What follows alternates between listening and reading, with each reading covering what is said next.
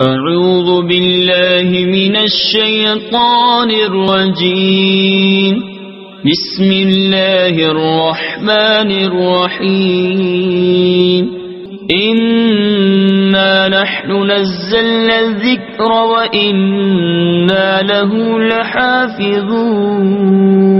عزیز سامعین، پچھلے لیسن میں ہم نے حضرت آدم علیہ نبینا علیہ الصلاۃ والسلام کا واقعہ جو کہ سورہ بقرہ کے چوتھے رکوع میں بیان کیا گیا، ان آیات میں اللہ تبارک و تعالی نے حضرت آدم علیہ نبینا علیہ الصلاۃ والسلام کو تمام موجودات کا نمونہ اور عالم روحانی و جسمانی کا مجموعہ بنایا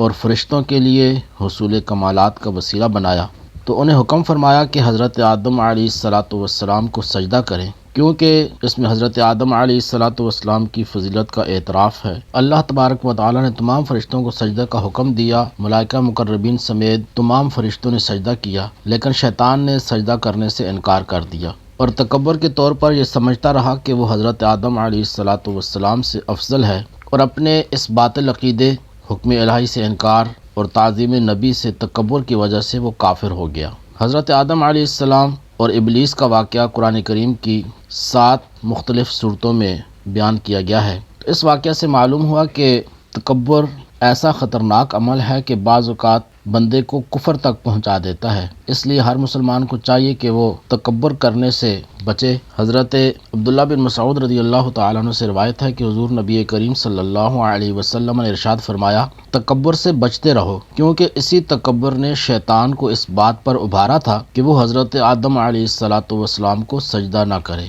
تو حضرت آدم علیہ السلام اور ابلیس کے واقعے کا خلاصہ یہ ہے کہ حضرت آدم علیہ الصلاۃ والسلام کو سجدہ نہ کرنے کی وجہ سے شیطان مردود ہوا تھا، لہٰذا وہ حضرت آدم علیہ الصلاۃ والسلام کو نقصان پہنچانے کی طاق میں رہا۔ اللہ تعالیٰ نے حضرت آدم علیہ الصلاۃ والسلام اور حضرت حوا رضی اللہ تعالی عنہا سے فرمایا کہ جنت میں رہو اور جہاں دل کرے بے روک ٹوک کھاؤ، البتہ اس درخت کے قریب نہ جانا۔ شیطان نے انہیں وسوسہ ڈالا اور کہنے لگا کہ تمہیں تمہارے رب نے اس درخت سے اس لیے منع فرمایا ہے کہ کہیں تم فرشتے نہ بن جاؤ یا تم ہمیشہ زندہ رہنے والے نہ بن جاؤ، اور اس کے ساتھ شیطان نے قسم کھا کر کہا کہ میں تم دونوں کا خیر خواہ ہوں۔ اس پر انہیں خیال ہوا کہ اللہ تعالیٰ کی جھوٹی قسم کون کھا سکتا ہے۔ اس خیال سے حضرت حوا رضی اللہ تعالی عنہا نے اس میں سے کچھ کھایا، پھر حضرت آدم علیہ الصلاۃ والسلام کو دیا تو انہوں نے بھی کھا لیا، اور یہ خیال کیا کہ اللہ تعالیٰ کی ممانعت تحریمی نہ تھی بلکہ تنزیہی تھی، یعنی حرام قرار دینے کے لیے نہ تھی بلکہ ایک ناپسندیدگی کا اظہار تھا۔ چنانچہ شیطان کے دھوکے کی وجہ سے انہوں نے اس ممنوع درخت کا پھل کھا لیا، اور پھل کھاتے ہی ان کے پردے کے مقام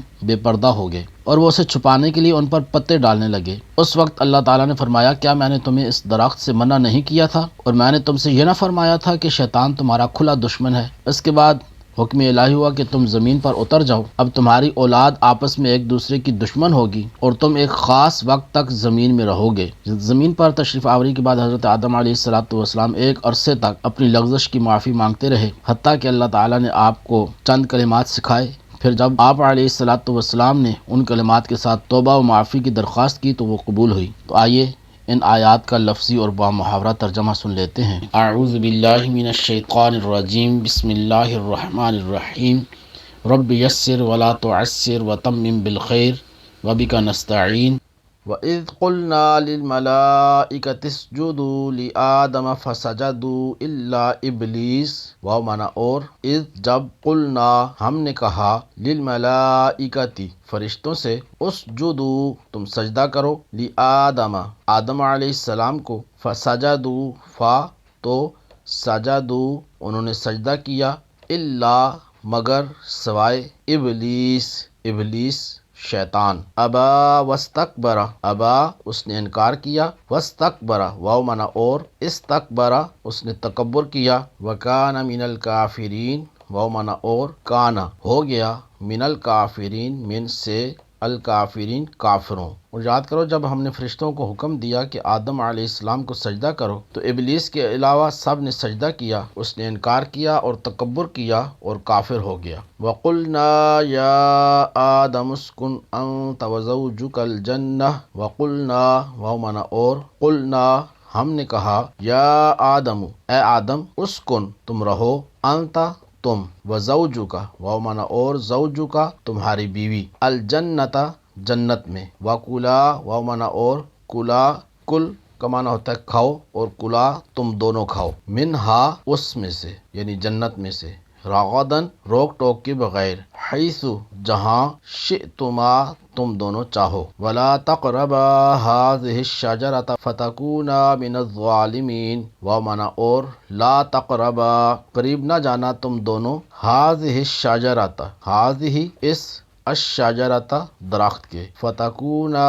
فامانا پس، تو تکونا تم دونوں ہو جاؤ گے، من الظالمین من سے، الظالمین ظالموں۔ اور ہم نے فرمایا اے آدم تم اور تمہاری بیوی جنت میں رہو اور بغیر روک ٹوک کے جہاں تمہارا جی چاہے کھاؤ، البتہ اس درخت کے قریب نہ جانا ورنہ حد سے بڑھنے والوں میں شامل ہو جاؤ گے۔ فَأَزَلَّهُمَا الشَّيْطَانُ عَنْهَا فَأَخْرَجَهُمَا مِمَّا كَانَا فِيهِ، فَأَزَلَّهُمَا فامانا پس، ازلّہ پھسلا دیا، ہما ان دونوں کو، پس پھسلا دیا، لغزش دی انہیں، الشیطان شیطان نے، عنہا اس سے یعنی جنت یا درخت سے، فاخرجہما فامانا پس، اخرجہ نکلوا دیا، ہما ان دونوں کو، فاخرجہما تو نکلوا دیا انہیں، مما یہ دو الفاظ ہیں من اور ما، من کا معنی ہوتا ہے سے، ما جو، مما اس سے جو، کانا وہ تھے، فیہ فی معنی میں ہے اس، فیہ اس میں، وَقُلْنَا اهْبِطُوا بَعْضُكُمْ لِبَعْضٍ عَدُوٌّ، وَقُلْنَا واو معنی اور، قلنا ہم نے کہا، اہبطوا نیچے اتر جاؤ، بعضکم تمہارے بعض، بعض بعضکم تمہارے بعض، لبعض بعض کے، عدو دشمن۔ تو شیطان نے ان دونوں کو جنت سے لغزش دی، پس انہیں وہاں سے نکلوا دیا جہاں وہ رہتے تھے، اور ہم نے فرمایا تم نیچے اتر جاؤ، تم ایک دوسرے کے دشمن بنو گے، وَلَكُمْ فِي الْأَرْضِ مُسْتَقَرٌّ وَمَتَاعٌ إِلَىٰ حِينٍ، وَلَكُمْ واو معنی اور، لکم تمہارے لیے، فی الارض فی معنی میں، الارض زمین میں، مستقر ٹھکانہ ہوگا، جائے قرار یعنی ٹھکانہ ہوگا، واو معنی اور، متاع زندگی کا سامان زندگی، الا تک، حین مقررہ وقت، ایک وقت تک، اور تمہارے لیے ایک خاص وقت تک زمین میں ٹھکانہ اور زندگی گزارنے کا سامان ہے۔ سامعین یہاں ایک اہم مسئلہ یاد رکھنا ضروری ہے، کیونکہ آج کل بے باکی کا دور ہے اور جس کا جو جی چاہتا ہے بول دیتا ہے، یہاں تک کہ مذہبی معاملات میں اور اہم عقائد میں بھی زبان کی بے احتیاطیاں شمار سے باہر ہیں۔ اس میں سب سے زیادہ بے باکی جس مسئلے میں دیکھنے میں آتی ہے وہ حضرت آدم علیہ السلام کا جنتی ممنوعہ درخت سے پھل کھانا ہے۔ مفتی محمد قاسم عطاری سلمہ الباری اپنی تفسیر صراط الجنان میں امام اہل سنت امام احمد رضا خان علیہ رحمۃ الرحمٰ کے حوالے سے فرماتے ہیں کہ امام اہل سنت نے فرمایا، غیر تلاوت میں اپنی طرف سے یعنی قرآن کریم کی تلاوت کے علاوہ اپنی طرف سے حضرت آدم علیہ السلام کی طرف نافرمانی اور گناہ کی نسبت حرام ہے، اور آئمہ دین نے اس کی تصریح فرمائی، بلکہ علماء کرام کی ایک جماعت نے اسے کفر بتایا ہے۔ لہٰذا اپنے ایمان اور قبر و آخرت پر ترس کھاتے ہوئے ان معاملات میں خاص طور پر اپنی زبان پر قابو رکھیں۔ اللہ تبارک و تعالی ہمیں قرآن کریم سمجھنے کی، اس پر عمل کرنے کی توفیق عطا فرمائے۔ اسی کے ساتھ اپنے میزبان کو اجازت دیجیے۔ السلام علیکم ورحمۃ اللہ وبرکاتہ۔